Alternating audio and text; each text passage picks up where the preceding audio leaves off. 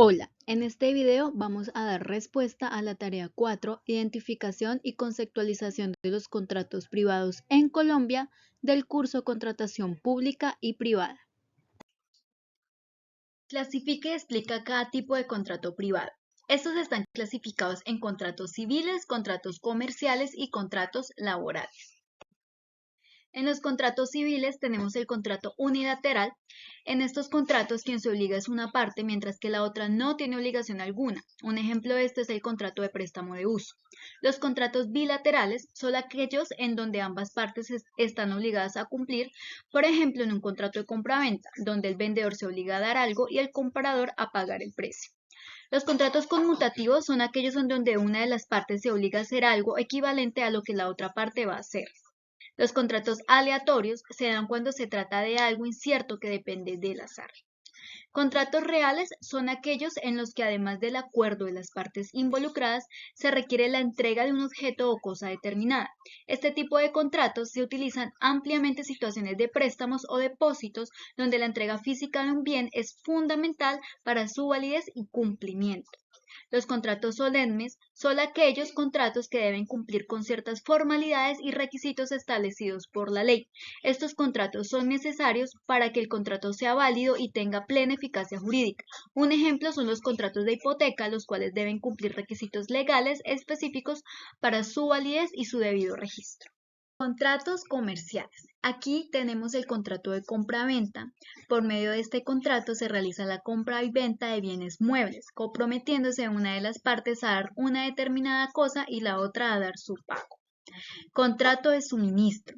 Este contrato, una parte se obliga al suministro de bienes o servicios de manera periódica o continua a cambio de su pago. Contrato de agencia. Aquí el agente actúa como intermediario independiente en representación de una empresa, promoviendo y vendiendo sus productos a cambio de una remuneración o pago. Contratos de mandato. Es un contrato por el cual una parte se obliga a celebrar o ejecutar uno o más actos de comercio por cuenta de otra. El mandato puede conllevar o no la representación del mandante. Contratos de seguro. Son aquellos en los que una de las partes, la aseguradora, cubre a la parte asegurada frente a determinados riesgos a cambio del pago de la prima del seguro. Contratos de arrendamiento. El arrendador entrega al arrendatario el bien objeto del contrato en régimen de alquiler por el tiempo definido en el clausulado de contrato. Contratos de permuta. Mediante este contrato, las partes acuerdan el intercambio de determinados bienes o servicios. Contratos laborales. Aquí encontramos el contrato por obra labor. Este es un contrato que se realiza para una labor específica y determina el momento que la obra llega a su fin. Este tipo de vinculación es característica de trabajos de construcción de universidades y colegios. Este contrato es igual en términos de beneficios y descuentos a los contratos indefinidos y definidos por ser un contrato laboral. Contrato a término fijo. Se caracteriza por tener una fecha de inicio y de determinación que no puede superar 3 años. Es fundamental que sea por escrito y puede ser prorrogado indefinidamente cuando su vigencia sea superior a 1 año o cuando siendo inferior se haya prorrogado hasta por 3 veces. Contrato a término indefinido. El contrato a término indefinido no tiene estipulada una fecha de culminación de la obligación contractual cuya duración no haya sido expresamente estipulada o no resulte de la naturaleza de la obra o servicio que debe ejecutarse. Contrato de aprendizaje. Este contrato es aquel mediante el cual una persona natural realiza formación teórica práctica en una entidad autorizada y a cambio de que la empresa proporcione los medios para adquirir formación profesional requerida en el oficio, actividad u ocupación por cualquier tiempo determinado no superior a 2 años y por esto recibe un apoyo de sostenimiento mensual. Contrato temporal, ocasional o accidental. El Código Sustantivo del Trabajo define el contrato ocasional, accidental o transitorio como aquel no mayor de 30 días y cuyas labores sean distintas de las actividades normales del empleador. Esta forma de contratación puede hacerse por escrito o verbalmente.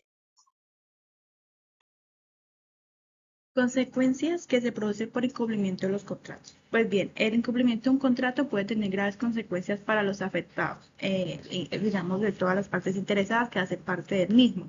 Esto puede atacar directamente los derechos de la otra parte implicada y el lucro cesante o daño emergente. Por esto, las personas responsables de los daños pueden verse obligadas a subsanar los daños y perjuicios ocasionados con ciertas penas.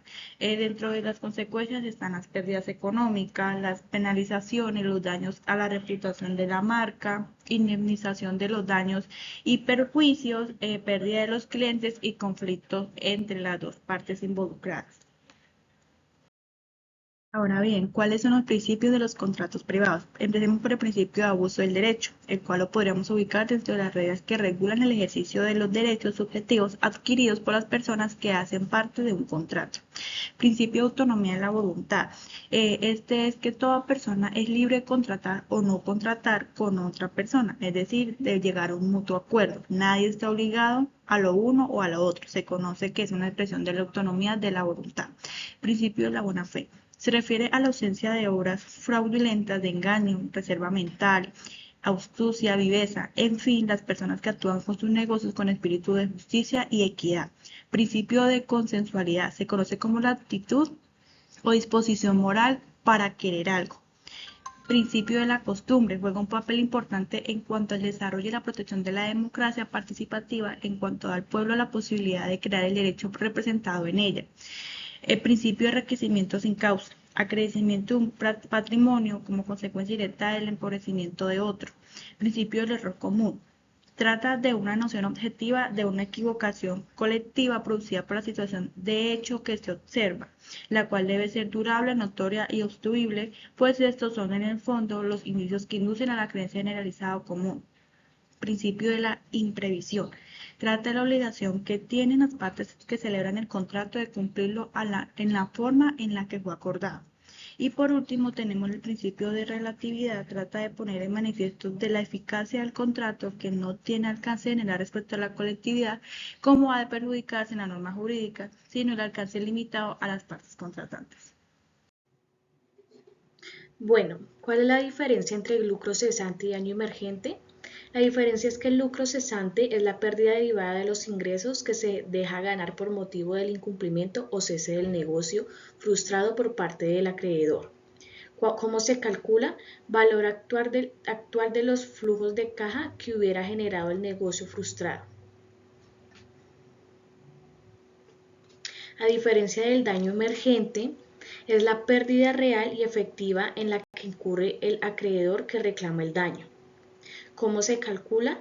Habitualmente por medio de facturas y justificantes bancarios que estén relacionados por el negocio frustrado.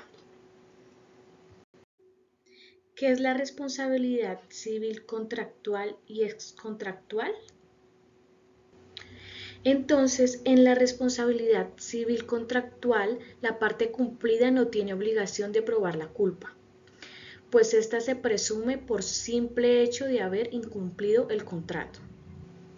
Y la responsabilidad civil excontractual debe de reparar los daños y perjuicios que recae sobre la persona que por acción u omisión causa daño u otro ha intervenido culpa o negligencia, al margen de cualquier vínculo contractual.